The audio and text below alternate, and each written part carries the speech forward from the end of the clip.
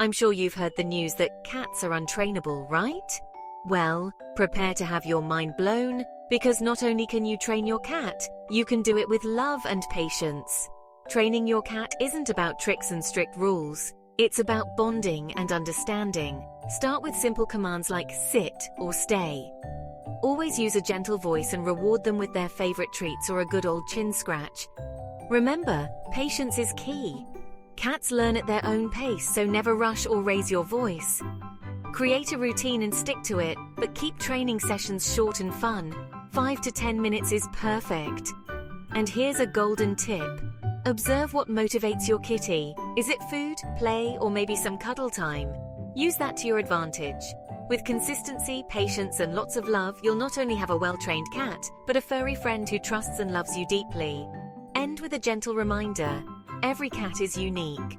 What works for one might not work for another, so adjust your approach as needed and keep the training sessions positive and stress-free.